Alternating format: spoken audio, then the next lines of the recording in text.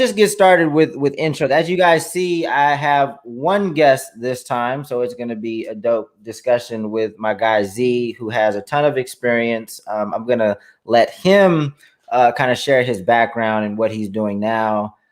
So feel free, give us a brief intro. Well, thank you, Dame. So my name is Brian Zisook. Everybody in the industry calls me Z.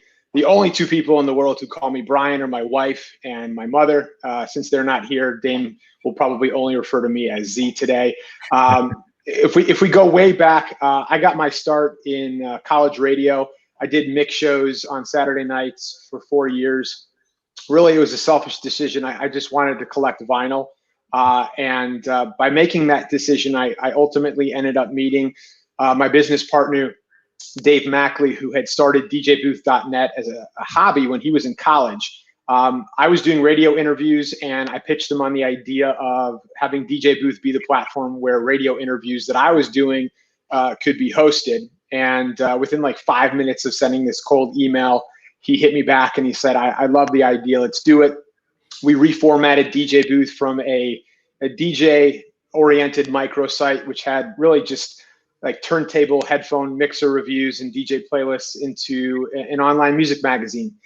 It was a hobby for several years while I was still pursuing my radio dreams. But then when those radio dreams went bust, I called him up one day and I said, let's do DJ Booth full time.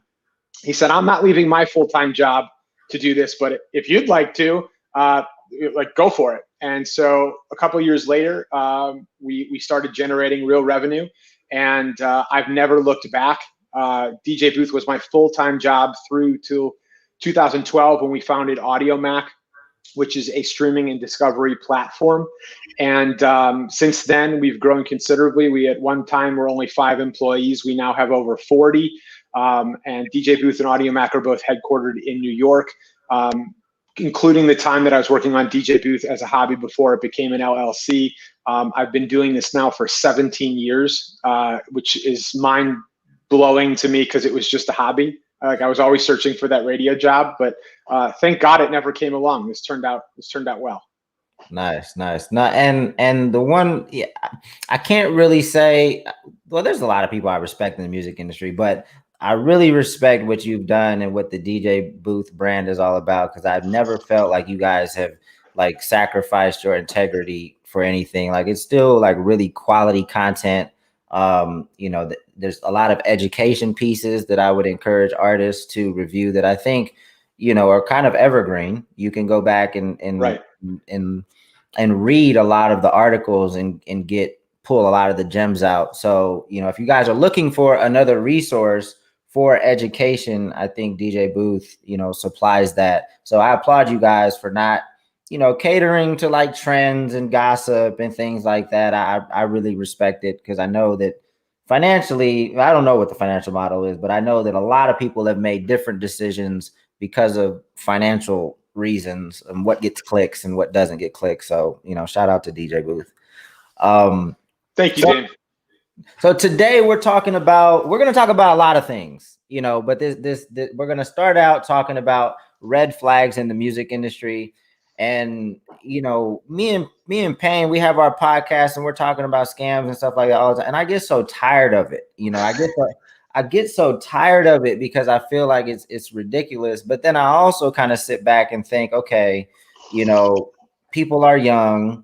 Some of the scams and things are getting a little smarter, and like newer people are coming into the music industry that have never seen this stuff before. Like, even though you and I have seen the stuff, time and time again, it's new to a lot of the younger people that are. So I have to check myself, like continue to check myself. So let's talk about some. And we talked about some of them before we went live, but maybe we pick one of those examples that you had mentioned and just kind of dive deeper into it, whether it's paying for blog placement. Where should we start? I'm gonna let you tell me where we should start. You mentioned it, so let's start there. Okay. So, first things first, I understand why, even in 2020, there is an attraction to getting your music covered on a blog. Obviously, everyone likes to be showcased. And at one time, and you know, it's been a while since that time existed, but at one time, the blogs really wrestled a lot of power away from the record labels and A&Rs, and they served as a platform for discovery.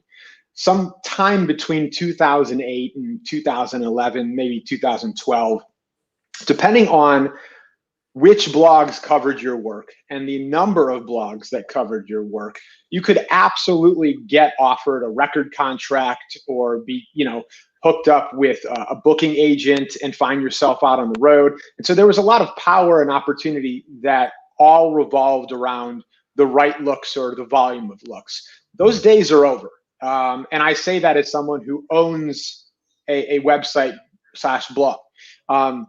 About 2015, 2016, that was the true winds of change.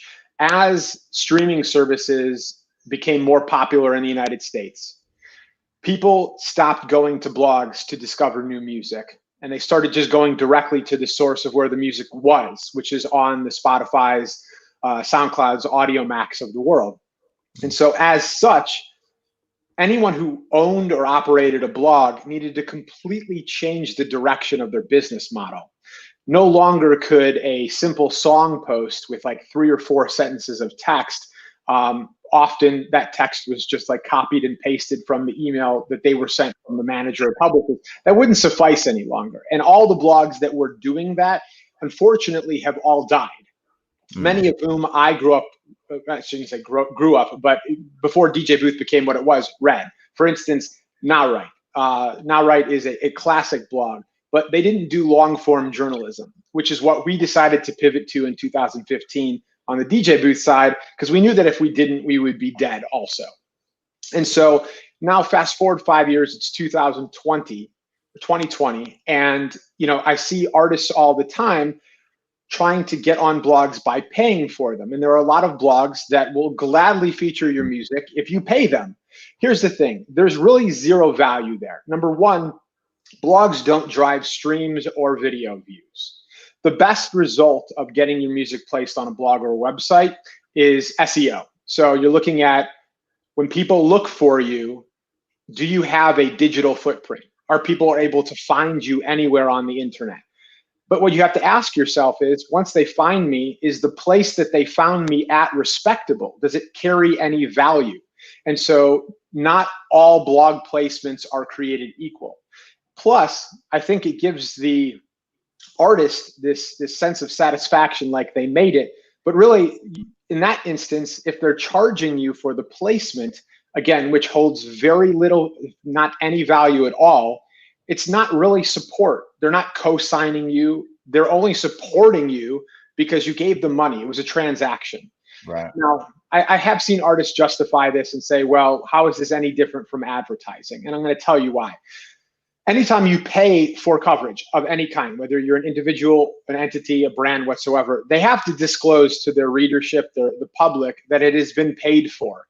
In most instances, when a blog is just charging an artist directly, they're not disclosing that to the world. Why? Because it looks bad on both ends. Why are you charging this independent artist however much you're charging them for coverage? And so they don't do that. So it's not kosher all the way around. You're not really benefiting in the short term. And in the long term, the money that you'd be spending on those blog placements, you might as well divert that cash into digital marketing on Instagram and on Facebook and on Twitter, where you'll drive a far greater number of impressions and you're able to scale into the exact demographic that you're looking to hit and know that people are actually going to see it, as opposed to relying on the website to tell you how many visitors they get per month, which ultimately could be bullshit. Right.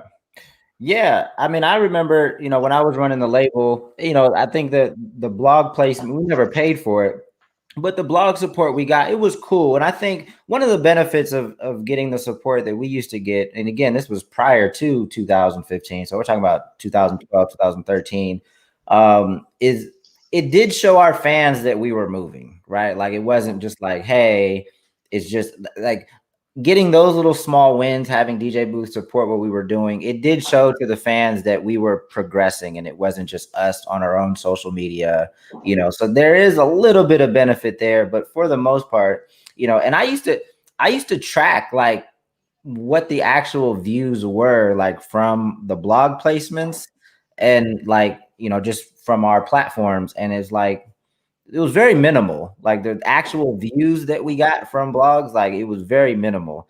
So again, that's different than what these artists are still being asked to do. Get, you know, I think it's just kind of more ego of seeing yourself on another platform. You know, you want to show people that you're moving, but it's really not that effective. So paying for blog posts shouldn't be happening. If you watched our first session in the market, if you watched our first marketing session, and if you didn't, I would encourage you guys to watch that one when it's available. We talked about areas where you should be putting your money and tools that you should be using. So let's move on from that. Z, have you seen some of these like mixtapes placement contests in these little like, I think I saw Yes. I mean, I'm hesitant to put names, but I saw it on DJ Envy's page. I've seen Funkmaster Flex do something similar. Can you explain what you've seen from them? And can we talk about that for us? And if it's political, you don't want to talk about a specific. Oh no, we can talk about them in general if you want. Let's talk about it. So first of all, I think it's important to mention that since mixtapes have existed, artists and DJs and producers, whoever is behind them, have charged artists to get on them. So this is not a brand new practice that all of a sudden took hold in 2020, right? This has existed. And I'm not saying it was ever a great business model. However, at one point in time, if you were to get on the right mixtape, especially back in the day in the physical sense, when these mixtapes were pressed up and either sold or handed out, there was real value there. That's not the case today. In the digital space, in the streaming era, there really is no such thing as a mixtape, in my opinion. Now, some purists will tell you that I have no idea what I'm talking about, that it's up to the artist to decide whether or not a project releases an album or a mixtape. But if there is original production and the samples have been cleared and your work is available on every DSP, it's an album. If you want to call it a mixtape, it's a marketing decision on your part. But now, as it pertains, now it's full circle. So right now, there's a whole group of artists who are being courted by a promotion company. I'm not going to name the company. And essentially what they're doing is they're breaking bread with these artists. They're giving the artists money in exchange for access to their social media. And what they'll do is they will ask the artist's fans to tag artists who are interested in getting their music heard. And then armed with all of these social media handles, the company who has seized control of these artists' social media, they're sending direct messages to these artists, posing as the artists themselves, and then asking the artist, hey, would you like to get on my mixtape? And let's define mixtape in the sense of what they're offering. It's a playlist on SoundCloud. It's not available on Spotify or on Apple Music or on Tidal or on Amazon or on Audiomack or on Deezer. It's not available on any of these places. It's on SoundCloud, where anyone can upload, and some website called Top Mixtapes that I just heard of for the first time like 2 months ago. And so in addition to offering this spot, once they hook the artist in, because again, the artist thinks that they're talking to the actual artist, right? They hit them with, all right, and in exchange for this opportunity, you need to now pay me anywhere between $500 and $1,000 for this placement. Now, if I'm the artist, this is never a good deal to me. Even back in the day when it's actually getting pressed up on an original CD and hand delivered or sold, the artists themselves, they're not featured on it. It's just a compilation of fellow up and coming green independent artists. We did a look into the volumes of material that they've released, and they've done like 100+ compilations of 40 to 50 artists a piece. And at most, some of these artists are getting like 65, 70 streams on their songs. From a fan perspective, it's heartbreaking, right? If I'm an artist, I have a full-time job, and I really want to, I have aspirations of making it. And every day I wake up in the morning to go to my job when I'm not, because music's not my full-time job. And I look at my phone and my phone says, holy shit, I have a direct message from Fat Joe or Dave East or Benny the Butcher, all of whom have been a participant in this scheme. I'm like, oh my God, I love this artist. They're in my DMs. So then I open the DMs and they're asking me about my music. Oh my God, not only is this artist who I love in my DMs, but on top of that, they've heard my music. This is incredible. So now you've gotten their hopes and dreams up. And then all of a sudden the con comes in and they say, all right, well, you know, but you need to Cash App or Zelle me this money. And so the artist, stunned that randomly on a Tuesday or morning or Friday afternoon that they're getting a DM from this artist who they admire, they can't help but participate because they think that this is their ticket to success. Right. Now, if they took 5 minutes and went over to the company's SoundCloud page, they'd see it's just a numbers game. There's really zero value. You know, to be fair to them, the scam part is not what they're actually offering. You're paying for a placement on a compilation, and they're actually delivering that placement. The reality, though, is it just holds no value. No one's actually listening. The stream totals are low, and you're not getting any long-term benefit from this either. You're not generating any royalties for yourself, either performance or mechanical.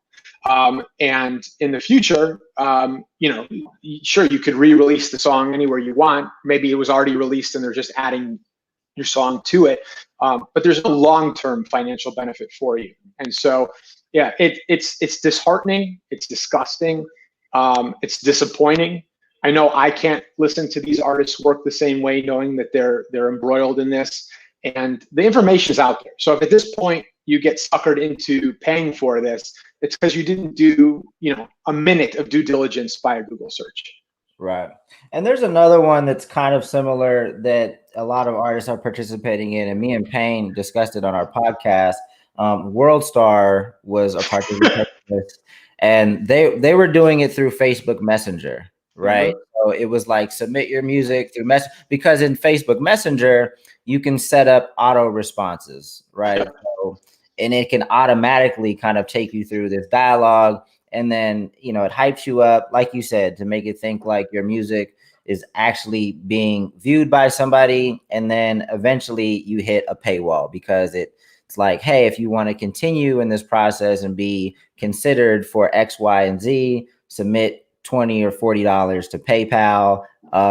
You know, and it's funny because no matter what, because it asks you to submit a song in the Messenger dialogue. I submit a song, and no matter what song you submit, it's already, the response is going to be the same, yep. Right? Even if you don't submit an actual song, even if you just submit a link to Mary Poppins or whatever, like it's going to come back with fire emojis and say, you know, this track is amazing. We definitely want to put you to the next round. You know, however, in order to get to the next round, you have to pay $40, right? And I think we should also take a step back and just talk about like why, because scams are not only in the music industry, right? But I would say that it's a higher likelihood of them working in the music industry for a few different reasons. Do you have an idea of why like some of this stuff works to begin with? Yeah, and you know, from the outside looking in, right? So if you're not a part of the music industry and you don't understand how it functions, just based off the optics. So if you're spending your time as a hobbyist in music, you have a full-time job, but you're pursuing a career in music, and you're on social media, Twitter, Instagram, TikTok, what have you, you're being led to believe by those who have already been successful in music that it's easier than it is. And the part that's being glamorized is everything that comes with the success. So the opulence, the money, the cars, all of the traditional tropes. And so what happens is when these younger artists are offered dream fulfillment from someone, and these scams all represent the same type of scam, dream fulfillment. Like if you don't take part in what we're offering, you are potentially missing out on the fulfillment of your dream.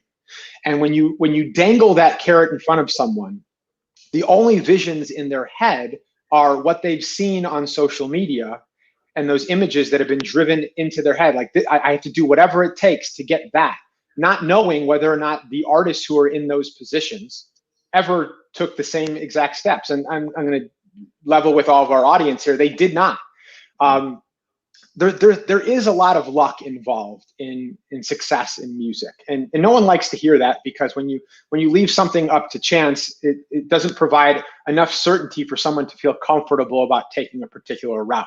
But that's the truth, right? It got passed along to the right person. The right person heard it. You got offered a deal at the right time after you gained success with a particular single or series of singles over a particular period of time. There's no blueprint to any of this. But the reason why these scams keep working is because people are hungry. They see artists on social media. They see the money attached to their posts. And in particular, they're led to believe that success is still possible overnight, because we've seen it happen with TikTok now. Artists blow up on TikTok and they're being offered record deals. And so all artists believe that they're like literally one moment or individual away from blowing up. While that is possible, it is remote. And, again, dream fulfillment based on the way these scams work is getting the best of the young artists. Right. No, I would agree. But for me, I also see it as like the music industry is an industry that lacks any type of structure. Right? Like every other industry, the path to actually being successful in that industry requires certain things, right? If you're a lawyer, you typically go to college, you go to law school, you take the bar, and then you become a lawyer. Like with music, people are jumping off into the music industry sometimes at 10 years old, sometimes from wherever, with no required education. They just kind of jump into it and figure it out. There's no structure to it. So I think that because, there's a lack of education, I think more people are susceptible to scams or people telling them things that aren't true. Hence the reason for the Music Entrepreneur Club and this conference, right. Just making it free and available to people. I think it's really important for young people to tap into these things, because you're hearing from people that know what they're talking about.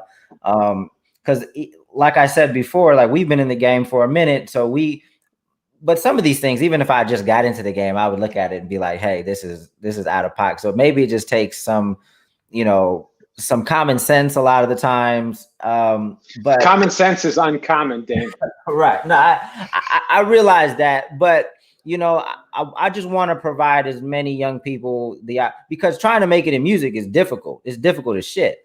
Like, it makes it even more difficult if you're falling victim to, if you only have $500 to spend on something and you gave it to some A&R, like because you thought he or she was going to do something with it. Like, that's all bad. Like, that's what it's going to take you another however much time to save up that $500 to actually do something that is going to push your stuff forward, the next time. So it could really set you back by not having the knowledge or the education, and then you falling victim to some of the stuff that goes on.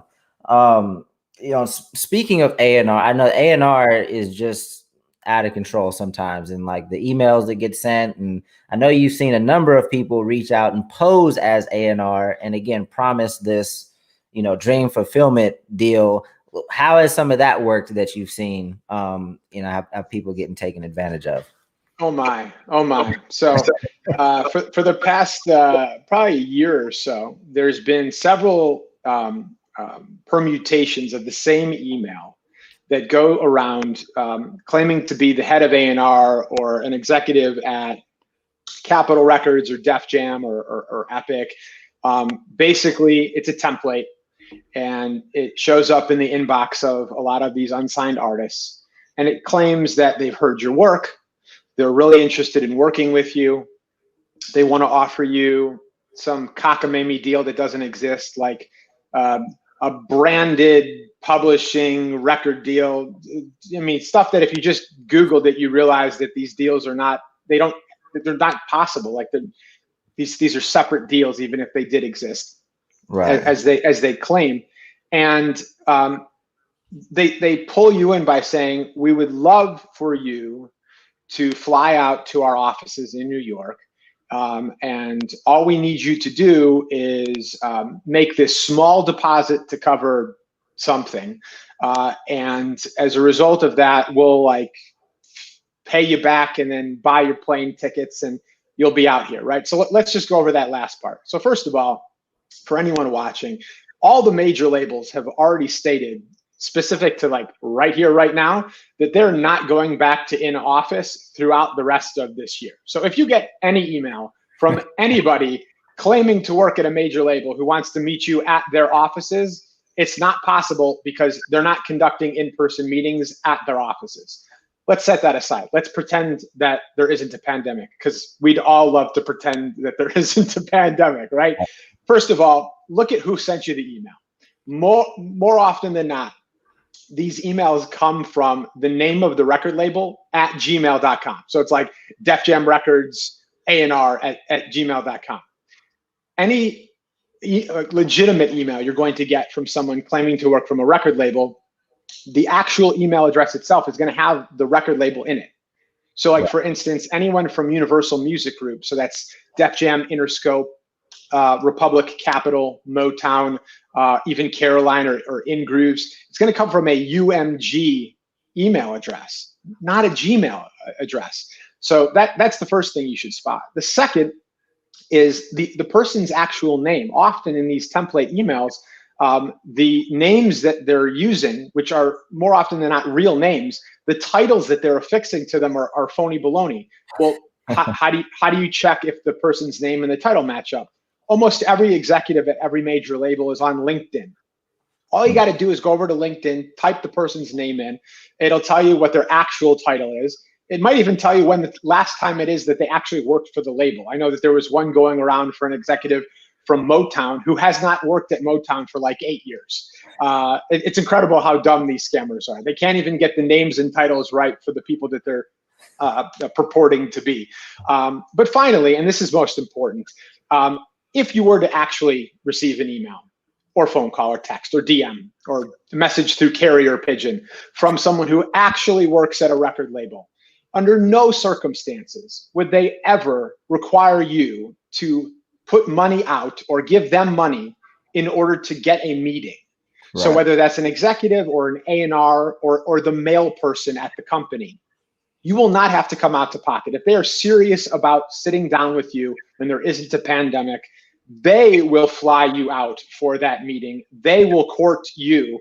You will never be paying them. Well, I mean, you'll be paying them back once you sign your record contract. Right, but to get to that point, no money should ever come out of your pocket whatsoever. And so again, this is dream fulfillment that they're serving you. Hey, is it your dream to sign to Def Jam? Is it your dream to fly into New York and sit down for a meeting with our executives? Then just send us this little bit of cash and we'll make your dreams come true. Right. Walk away. Walk away. Yeah. And the other thing I would say about these emails is, you know, it's very obvious that it's not specific to you. Like for most of them, like in the email, they're not addressing you specifically. Like they're not talking about specific songs and, you know, your specific social. It's very cut and paste, and they don't do much change, because I think they know that they don't have the time. But if they send out 1,000 of these, they'll get one or a few, you know, so they don't have the time to customize 1,000, but they know by just copy and pasting 1,000, you know, they're going to get a few people to bite. Yep. You know, and there's been a few times where like I know it's a scam, but I just entertain and I'll just kind of like go back just to see like how they interact. And then, you know, you see some of the responses. It's definitely not a professional response. Sometimes they'll just stop responding because they just don't know how to carry on that dialogue. You know, it's very interesting and unfortunate that this works for, you know, if you've gotten taken advantage of. You know, it's happened. Don't feel ashamed. Just don't let it happen twice.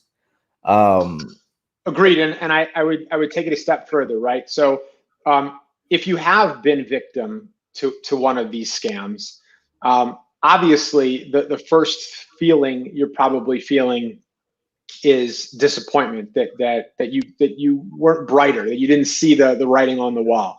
But what's actually going to help is if you get over yourself and you announce to the world what happened.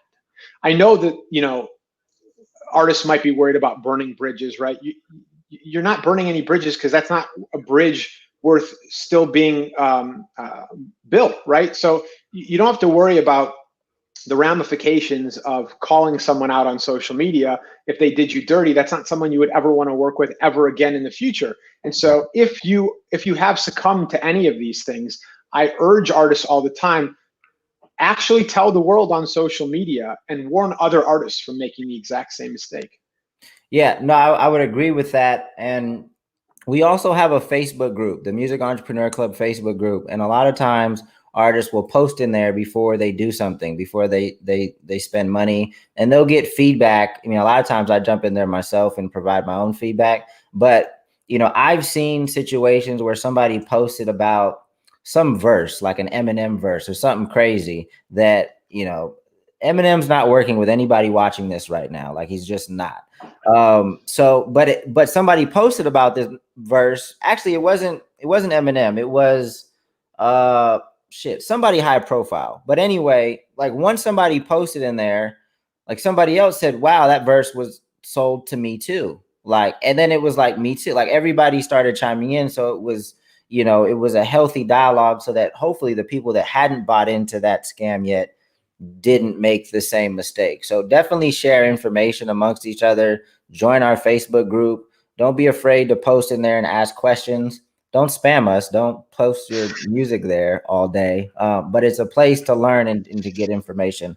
So I know on DJ Booth recently, I believe Yo wrote the article about, you know, the issues that Migos was having. And I know that one of the complications was their lawyer was also represented the label as well. Is that something that we can talk about? Yeah.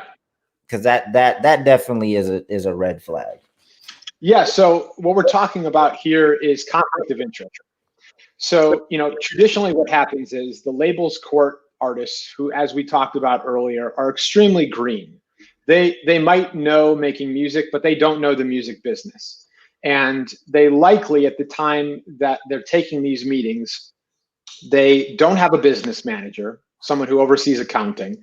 If they have a manager at this point, it's far more likely that the manager is just a friend or a relative and not someone with actual managerial experience. They certainly don't have, at this juncture, a booking agent or another professional adult in the room. And so when they get courted, they don't have a lawyer or anyone to advise them. And what the label likes to do, or labels have done, and I'm not saying this is any one label or it happens every time, but it has happened, and the Migos situation is an example, is the label offers the artist their legal counsel. Obviously, this is a conflict of interest, because especially if the relationship between the lawyer and the label predates you as an artist entering the fold, there's no way that they can look out for your best interest if they're also overseeing the other side of the deal. And so, as a general rule of thumb, the person who represents you as a manager ideally should never be also the owner of the label. Remove the conflict of interest. The person who's representing you legally through the contract signing should never also represent the other side. You want someone who, you know, through these negotiations has your best interest and only your best interest. According to the lawsuit, Migos claimed that Damian Granderson, who both represented the group when they signed their first deal with 300, and then again with Quality Control over the last 7 or so years, has cheated them out of in excess of $1 million of lost revenue because they were not fully informed on the relationship that he had both with them and the label, and then also the deal terms, which always skewed toward the label. And they didn't know that because, again, when they entered into these agreements, they were extremely green. They didn't know better. And they trusted this person who did not have their best interest at heart. So, a question I always get is, well, how do I find good legal counsel if I'm not taking the legal counsel that's being provided to me by the record label? And, I wish there was a directory or a better resource where there were, entertainment lawyers who could go and be rated publicly, and then allow others to view those ratings to determine whether or not they were a trustworthy party. That doesn't, to my knowledge, exist. However, I think the best thing to do is to ask around. Artists typically, if they're unhappy, will be forthright and tell you. Others who are happy will share that as well. And then things like BeatStars, MEC, and of course DJ Booth. We provide resources all the time. We have several entertainment lawyers who we've allowed them to write guest editorials on the platform. Many entertainment lawyers follow my Twitter feed and often engage and interact with a lot of the things that I post. So there is information out there. You just have to, as hard as it is, pause before moving any further with any dialogue or negotiations, and make sure you have the right people on your team in place. Yeah, and I would second that. I mean, that's the importance. I mean, that's the benefit of having a network and people that you can reach out to that you trust. Yeah. Because we do need to find, like, just having a lawyer period doesn't cut it. Like, you have to have somebody that you trust, somebody that's knowledgeable, that has your best interest at heart. So I think it's another thing you can use the Facebook group for. But I think if you're at a point where you're about to like sign with a label or something like that, I would imagine that you have relationships with other artists kind of on the same level. So never be hesitant to reach out to them and get as much information as possible. Like, there's never really like a strict time limit on most of these things. Like, if they want you today, they should want you next week. They should want you next month, maybe not years down the line, but, wait until you're comfortable, with the team that you have and who's representing you. There shouldn't be a shot clock on signing a deal or something that you're not comfortable signing. Dan, can I comment on that real quick? I think you nailed it, right? I think there is a fear that if money is offered, that it will go away, that these offerings are once in a lifetime opportunities that cannot possibly be replicated. The labels know this too. They know that for most of these artists, particularly in the hip hop space, that this is the largest sum of money that they will ever legally be offered. And most artists are fearful that if they walk away and they don't negotiate, that they will not only lose out on that offer, but they will never get a subsequent offer. And to that, I would say, I completely understand the fear.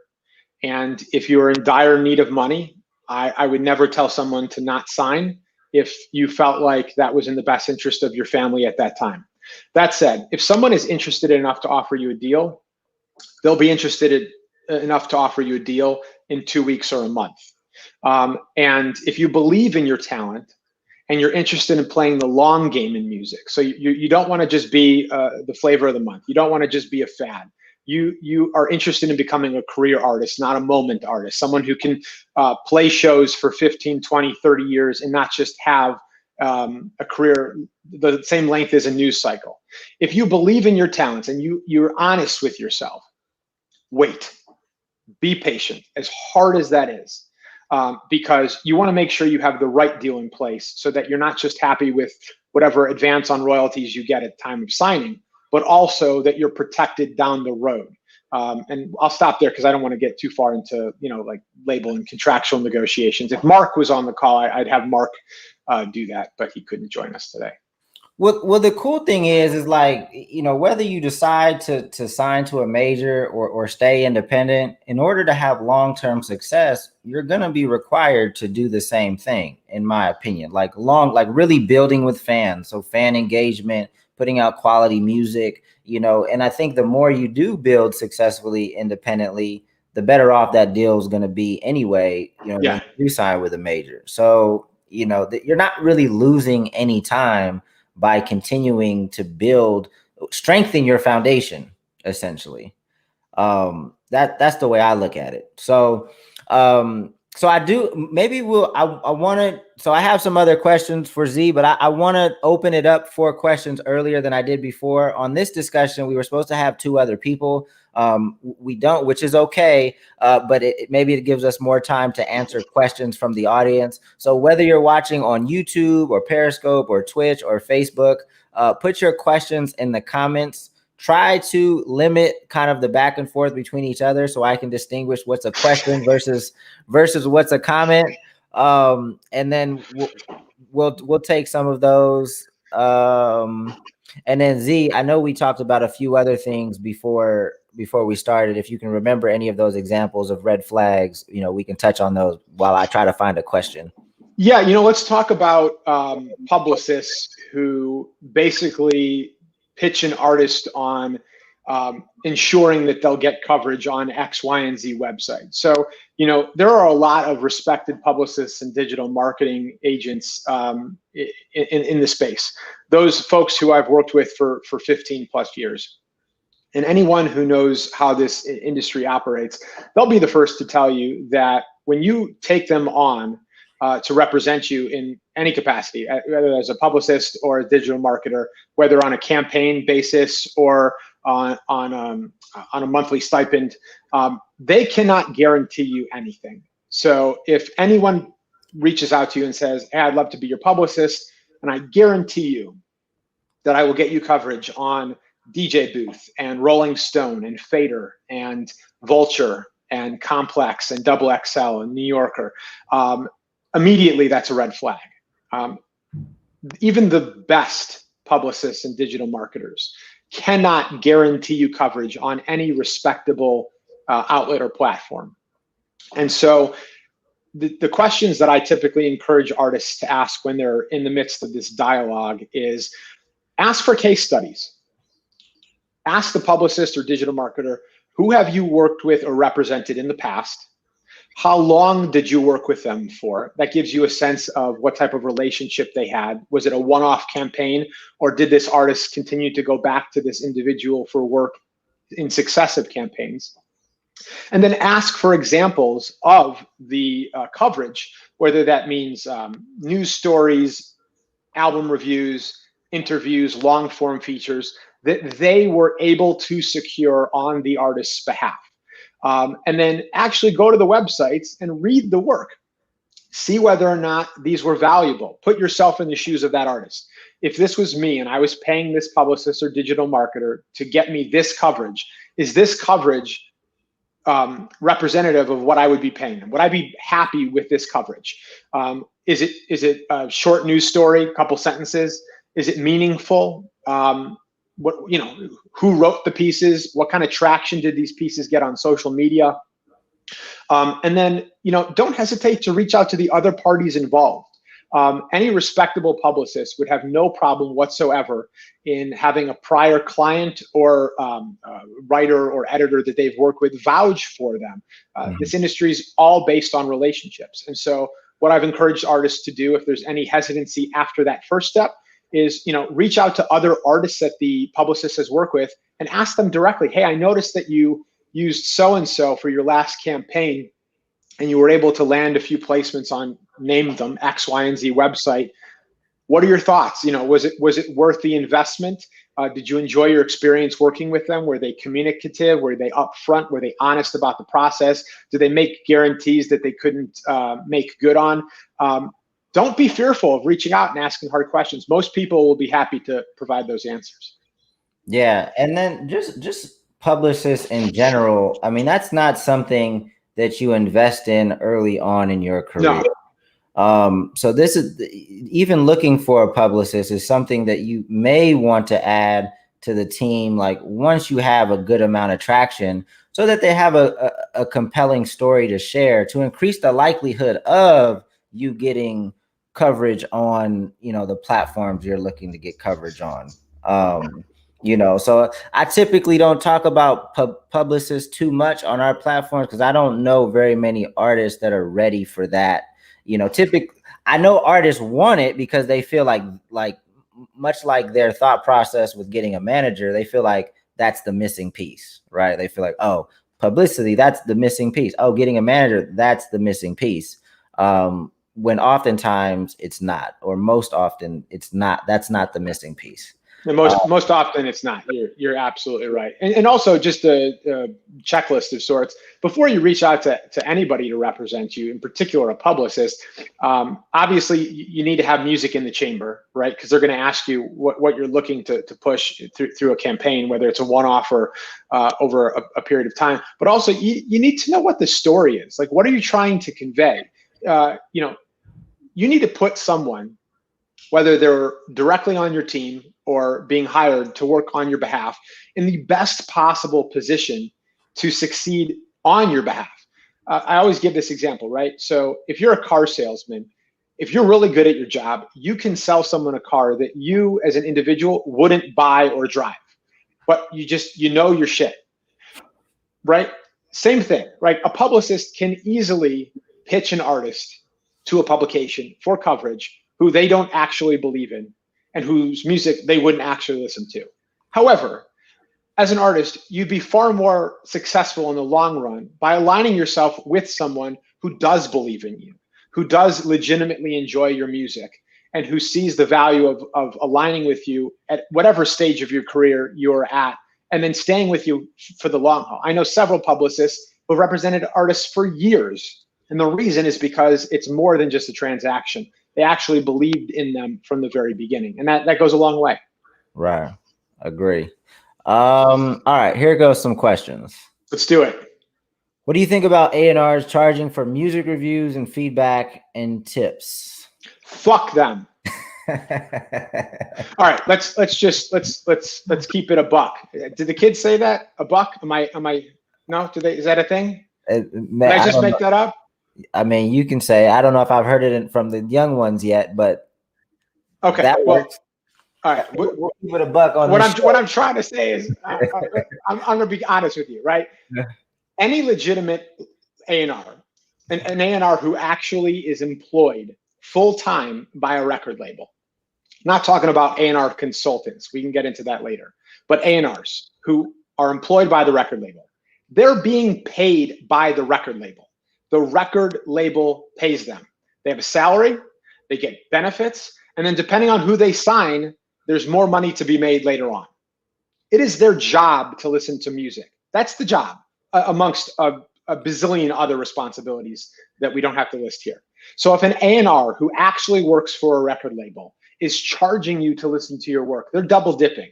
And I'm almost positive that their bosses, the heads of A&R at these labels, would not like to hear about that at all. I'm not suggesting you snitch, but I am suggesting that you walk away.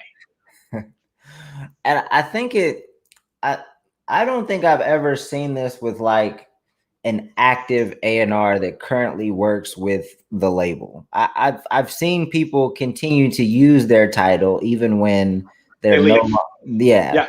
And that's when they start doing stuff like this, and it may not have been a very amicable departure from the label, or maybe they can't get another job and they're desperate. I think that's when some of these shenanigans start, or maybe they're not even an A&R at all. They just did that for, credibility purposes to get you to spend money with them.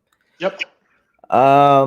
Let's see. I think you just touched on, at what point do you think an artist is ready for, or a manager? Okay. At what point do you think an artist is ready for, we touched on the publicist piece.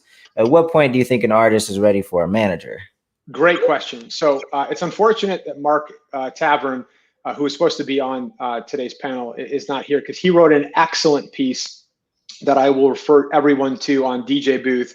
The title of the piece is escaping me, but if you were to just Google DJ Booth manager, it's the first search result. I know, because I've looked up the article in the past. You don't need a manager until at which point you actually have a career to manage. Okay. This person is not being paid a salary on your behalf. They are managing the business that you bring in, or that they're bringing in for you. So they're making a portion of the revenue that you're generating. If you're not at a point in your career where you're generating any revenue, there's no point in having a manager. And I can guarantee you also that you'd be in a better position to let managers come to you rather than trying to pursue a manager. I probably get 5 to 10 emails a week asking me if I can make an introduction to a respected manager that I know. And I don't make the introductions, not because I'm an asshole, but because most of the managers who I know and who I respect, number one, they already have multiple artists. And so I wouldn't be doing the new artist or producer fair if I were to introduce them to someone who I know wouldn't be their first top priority. So I respectfully decline, but I do often inform artists that it's in their best interest to wait until they absolutely reach the point where they no longer have the ability to focus enough time and attention on the work, the music, the art, because they're spending so much time on managing the business side. So yeah, be patient, wait. So I have a hard time. I don't have a hard time answering this question, but I have a slightly different take on it. I understand, when people do suggest like, hey, get a manager when you have something to manage. I slightly disagree because that wasn't even my experience, right? When I first started working with Hop, like he didn't have anything to manage. Like we created something to manage. So I guess the only other thing if you find somebody that's dedicated to being the best person for your career, for your vision, and you share, a lot of the you share the same vision and you want the same thing. I think, and even Shelton Harris, who's Travis Thompson's manager, who kind of had a similar experience as me, is just we got in early and put in a lot of work and helped create something to manage. But what you don't want to do is put the wrong person in that role, or put somebody in that wasn't ready, or you put somebody in there just because you felt like you needed help, right? Like the wrong manager is way worse than no manager. Because I think that could definitely like muddy up the waters and just kind of slow things down. So I think ordinarily what you're going to find is that the manager is going to come to you as you start building momentum, and he or she is going to tap in like once you have something to manage. I think that's the normal thing, but I think there are a few occasions where you either maybe know somebody, or somebody really taps in with you early on because they really like believe in your talent and they want to help you create something to manage. So I agree with you. It's a little different than not having that person and actively and openly soliciting someone right to fill that role. I think what's important for every artist and producer, just creators in general, to understand is when you bring someone onto your team in whatever role that they're going to fulfill. So specific to this question, as a manager, they're your proxy. They're communicating to the world on your behalf. They are you, right? So when they're talking to record labels or individuals representing brands for opportunities for sponsorships, booking agents, venues, whoever, they're speaking to these individuals on your behalf as you, right? And so if this person doesn't communicate well, if they are not necessarily articulate in sharing your vision, who you are as an artist, if they're not communicating professionally, that's a reflection on you as the creator, because you put them in that role and you empowered them to have that authority and that agency. And so when Dame says, it's better to have no manager than a shitty manager, I think it's important to reinforce, if you put the wrong person in place, it can do you not only a disservice temporarily for opportunities, but it could hurt future opportunities. If a label hates the person representing you, you think they're going to want to take a meeting with you later on if nothing changes musically for you? No. If a booking agent hates working with your manager and they don't see you as being a star, pass. So relationships in this business are everything. And so you don't want someone else fucking that up on your behalf. For sure. Agree 100%. Let's see. The Mad Doc 1 says, as a producer, do you really need a manager? Producers sometimes don't get paid. Would you suggest a producer have a manager just in general? There's so many variables here. Depends on what your aspirations are as a producer. If you're just leasing beats, and you can manage all of your business yourself, probably not. Why do you need to break bread with someone? If you have aspirations for placing beats with major label A-list artists, you're probably going to want to get someone in place.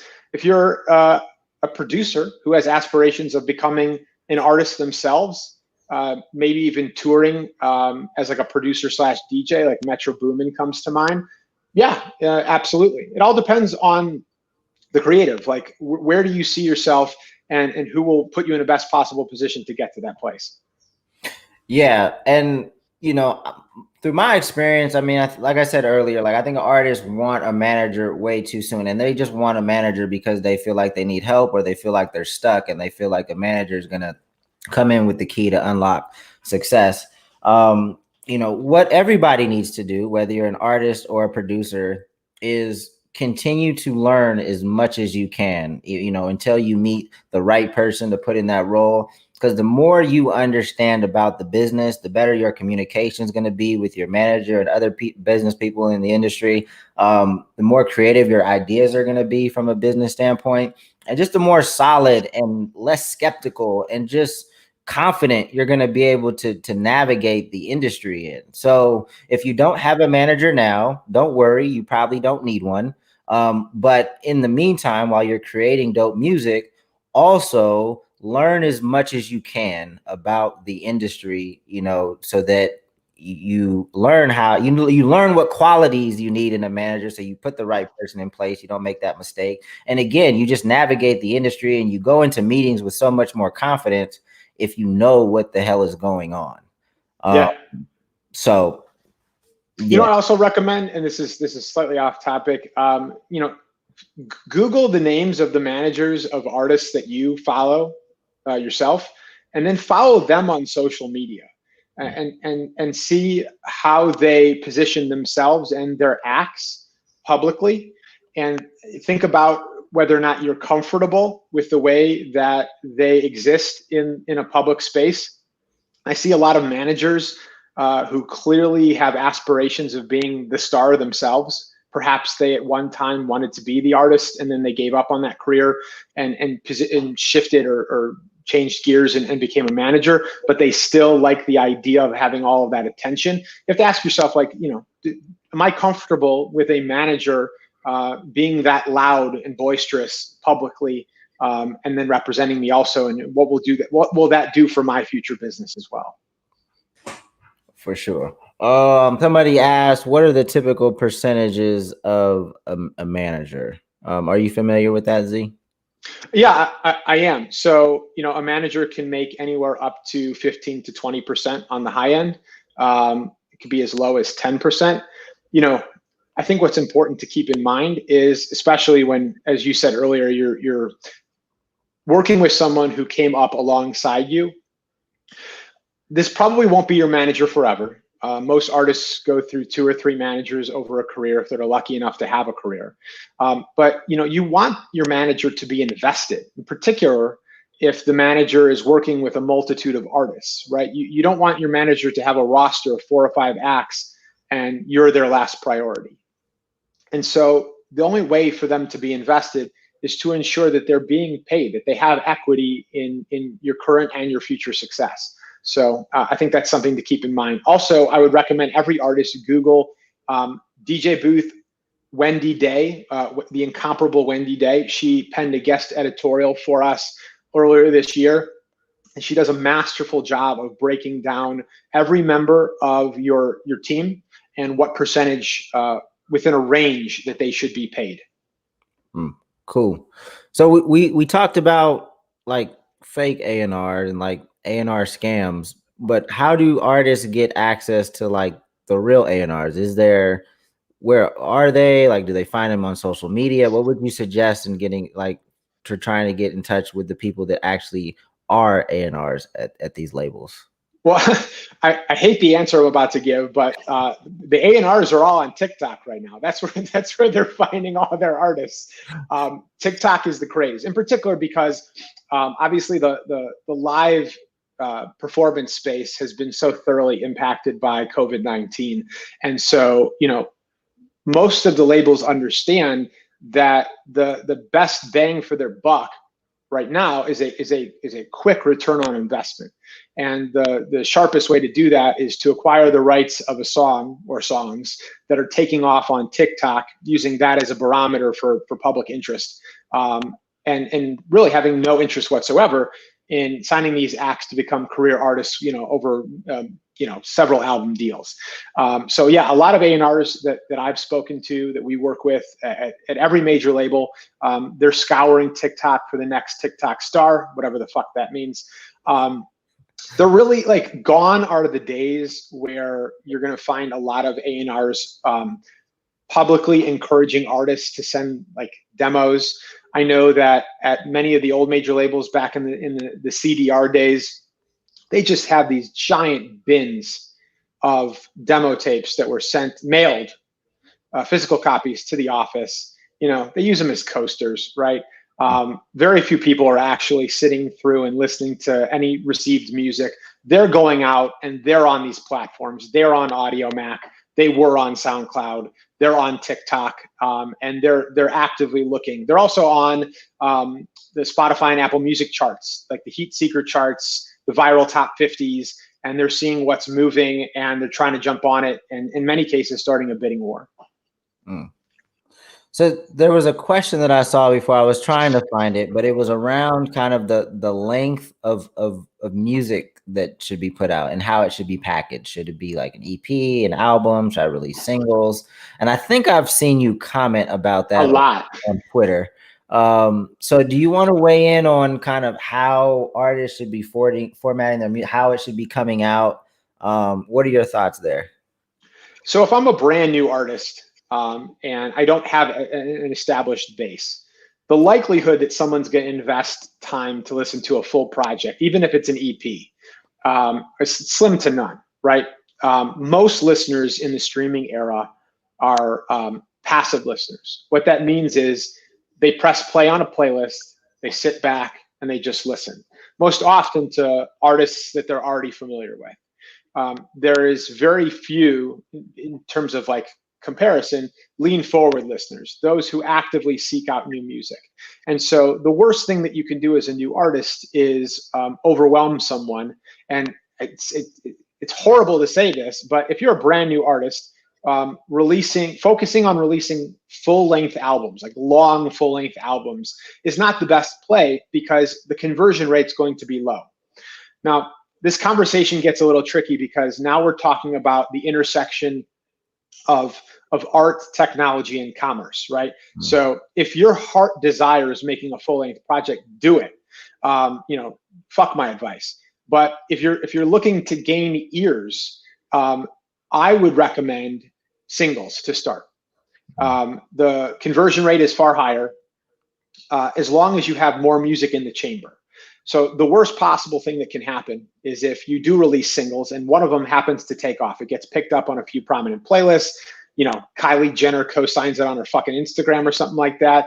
And then people start looking for you and they realize that your profile on every DSP has one song. There's no other music. So you're going to want to have music in the chamber and available at the ready, anticipating that at any time one of these songs could go. In terms of the difference between EP and album, so the sweet spot based on numbers, if you look at the most acclaimed titles this year, the sweet spot is somewhere between 35 and 42 minutes. So don't worry about number of tracks, worry about total runtime. Anything under like 35 minutes, that's like a teaser, if you will. So, there's nothing wrong with a 3 to 6 track EP.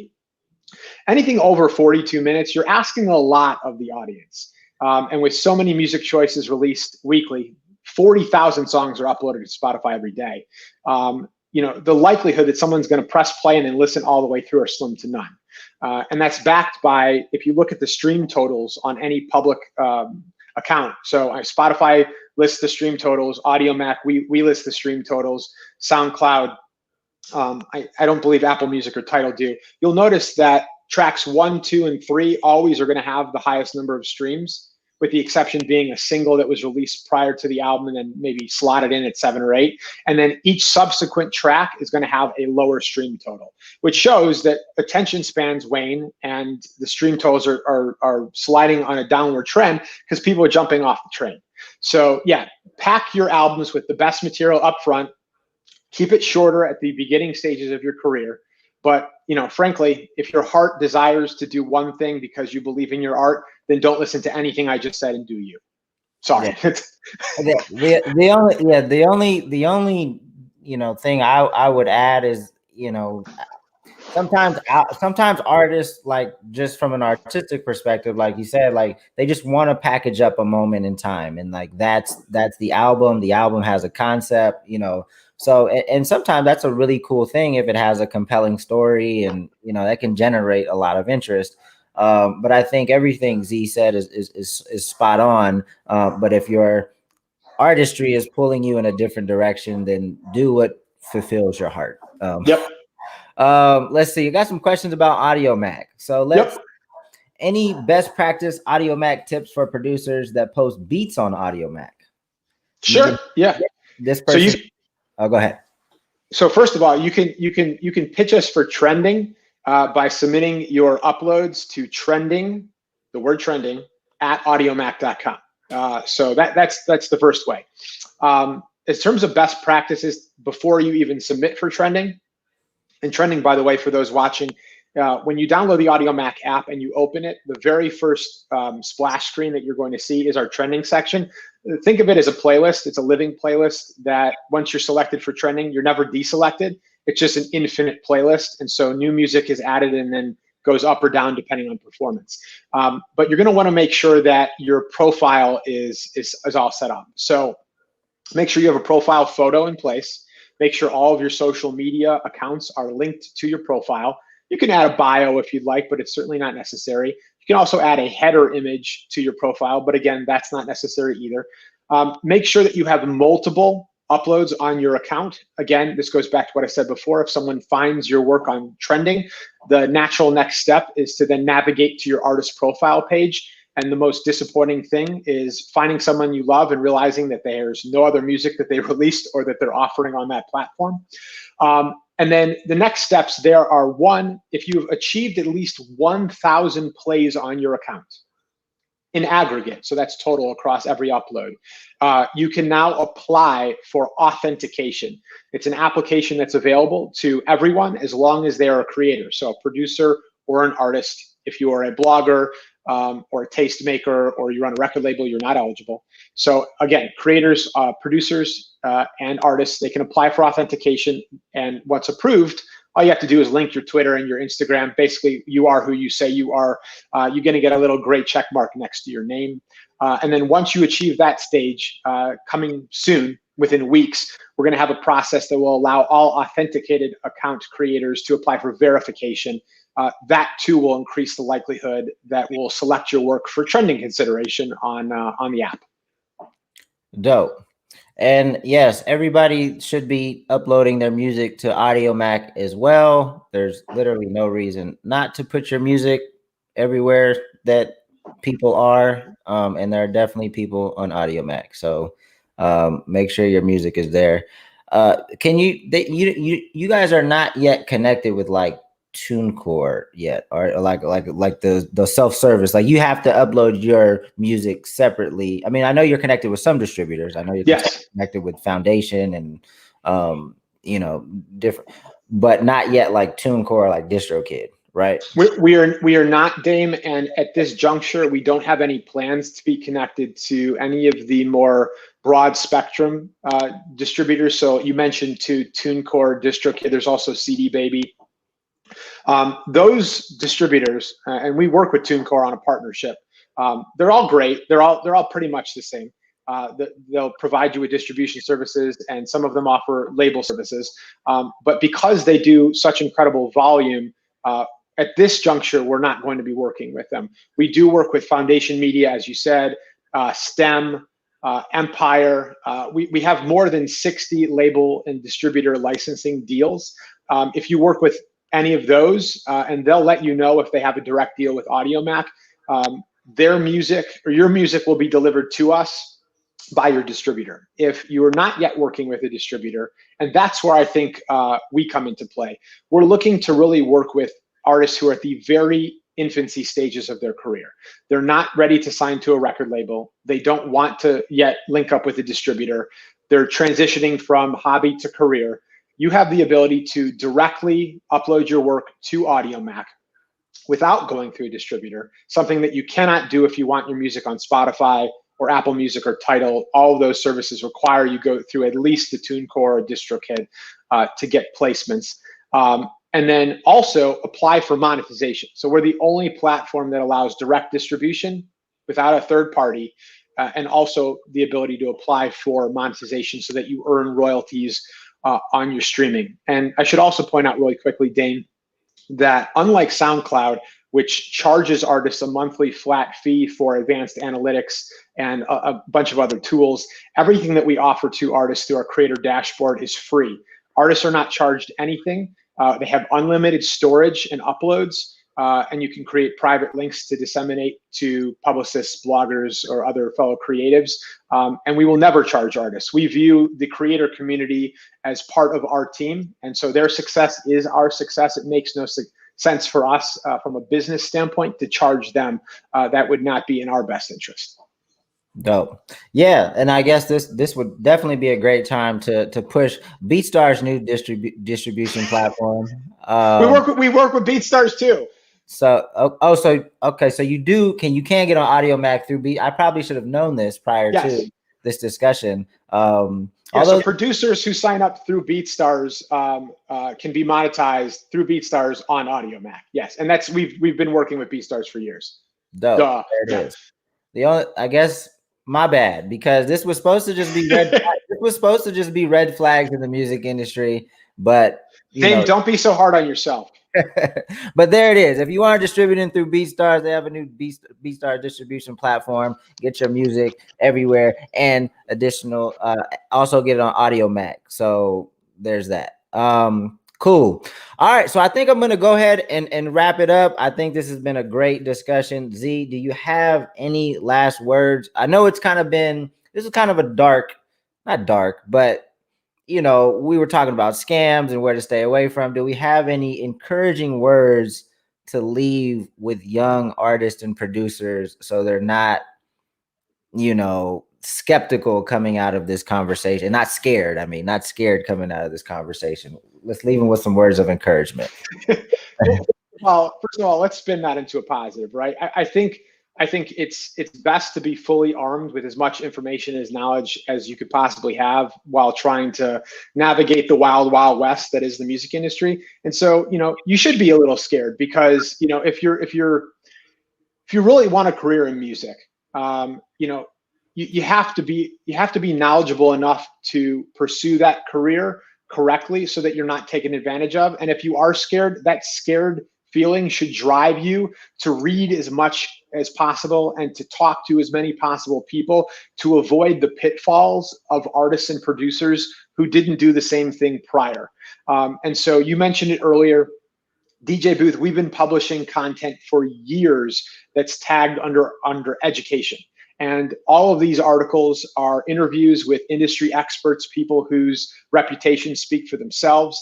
And all this content is available for free. Obviously, we don't charge anyone to read content on DJ Booth. And in the coming weeks and months, Audiomack is putting together monthly panel sessions similar to what BeatStars is doing this week with its summit, and investing more in artist education.